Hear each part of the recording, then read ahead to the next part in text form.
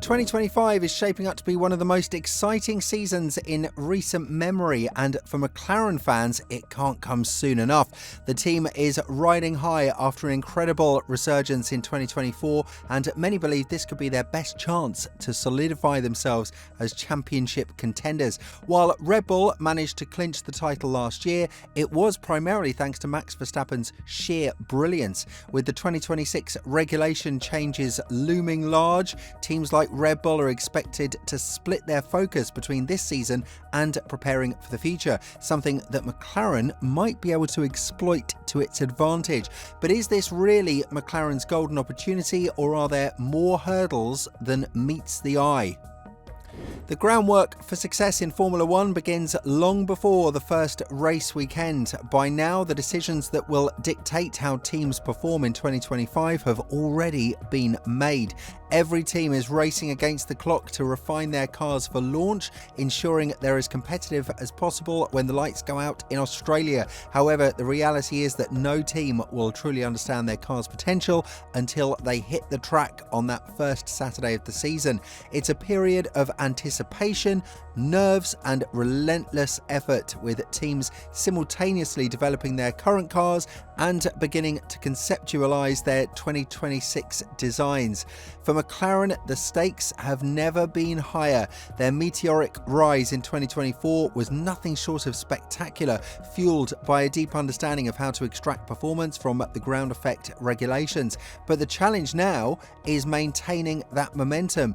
Improving their performance in slow corners is definitely on the agenda, but that must be balanced carefully to avoid compromising high-speed stability, an area where they've excelled. If McLaren can strike that balance, they could very well be the team to beat in 2025. The team's management will also play a crucial role. Last season, McLaren occasionally faltered when it came to handling their drivers, leaving critical decisions in their hands during pivotal moments. This lack of decisiveness cost them points and nearly derailed their campaign. However, lessons have been learned there, and it's clear that having a well-defined plan from day one will be essential to avoid similar missteps. Team principal Andrea Stella has made it clear that complacency is not an option. The competition at the top of Formula One is so tight that even a minor slip-up could see a team tumble from first to fourth in an instant. Under the constraints of F1's budget cap and aerodynamic testing restrictions, McLaren faces a unique dilemma. Balancing their resources between fighting for the 2025 championship and preparing for the all-important 2026 season will require a strategic juggling act. For midfield teams, the choice is more straightforward. They can afford to prioritise 2026, where the potential for a major leap forward is more significant. But for a team like McLaren, now firmly entrenched in the fight at the front, the stakes are different. They can't afford to take their foot off the gas this year, as their rivals, Red Bull, Mercedes and Ferrari, will be pushing just as hard. Neil Huldy, McLaren's engineering technical director, has emphasised the importance of maintaining focus on both fronts. I think there's an opportunity to win a championship in 2025 and in 2026, and of course we want to do both, Huldy explained. You're not going to win 2025 without development. You've got competition, Red Bull, Mercedes, Ferrari. These teams will be generating a lot of performance next season, and we've got to be doing the same if we want to win the championship, which is obviously the aim.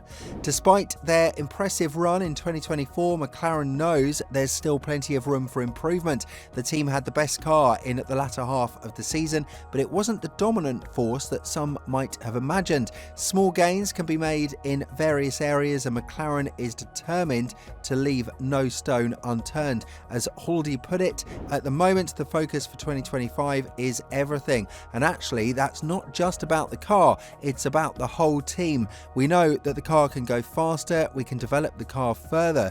We know as a team every area can find ways of being more effective, more efficient, generating more performance.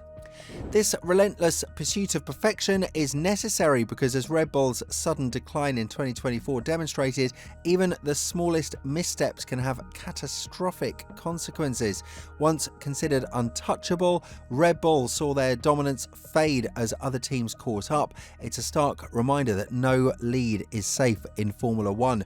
Development is a never-ending race, and those who rest on their laurels risk being left behind.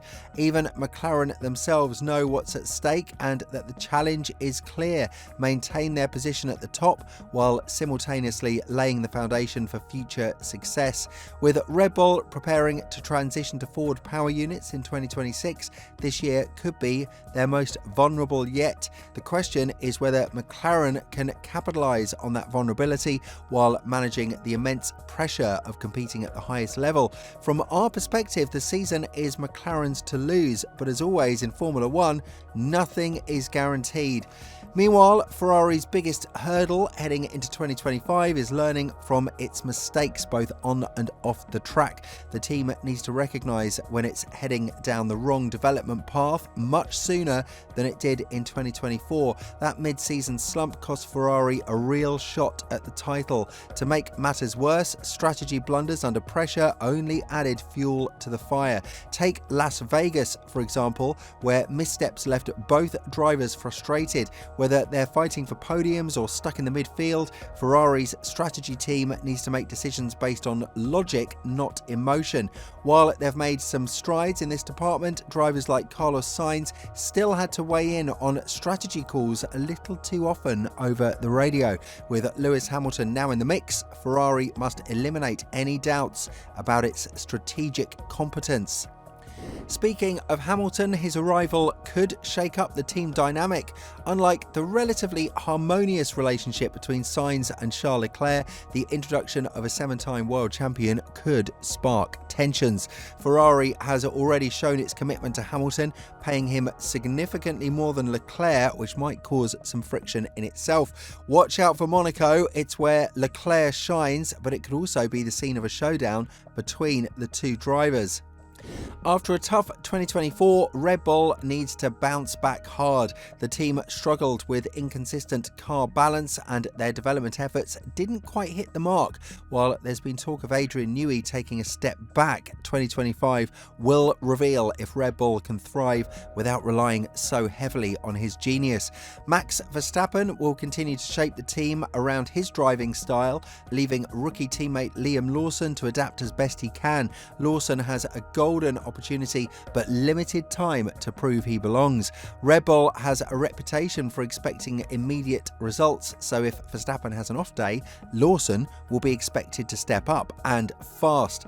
Mercedes still has work to do with its W16. The car's ride height sensitivity makes its performance window too narrow, and that needs to change for the team to compete consistently. While such adjustments might slow the car initially, they could provide a more stable platform for rookie Kimi Antonelli to learn on. Antonelli has raw speed but will need to curb any over-ambition. Meanwhile, George Russell has proven he can lead the team when needed, and 2025 could solidify his role as the main man at Mercedes. For Aston Martin, 2025 will be all about refining its development process. With Adrian Newey joining the team mid-season, expectations are very high, but progress will take time. Aston Martin needs a cohesive design philosophy to avoid its current scattergun approach to upgrades. Alpine's late season resurgence in 2024 showed real promise thanks to David Sanchez's new development philosophy. If they apply that same logic to their 2025 car, the team could continue climbing the ranks. However, rookie Jack Doohan will need some time to get up to speed, leaving Pierre Gasly to shoulder most of the burden. Haas faces a tough road ahead. The team's limited resources mean it needs to balance its 2025 efforts with preparations for the major 2026 rule changes. The new partnership with Toyota could help, but the loss of Nico Hülkenberg's experience might hurt more than expected. Consistency is key for Racing Bulls in 2025. Like Ferrari, they lost their way mid-season, and addressing development missteps quickly will be crucial. Yuki Tsunoda must must prove he deserves his spot, especially with promising rookie Isaac Hadjar breathing down his neck. Meanwhile, Williams needs to build on the progress it made in 2024. With Carlos Sainz joining, the team has a golden opportunity to capitalise on having a proven race winner. While podiums might still be a stretch, Sainz' experience could help alleviate the entire operation. And as for Sauber's late season improvements in 2024, they were promising but arrived too late.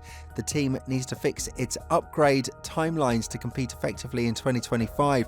Until it strengthens its infrastructure, Sauber will likely remain stuck in the midfield.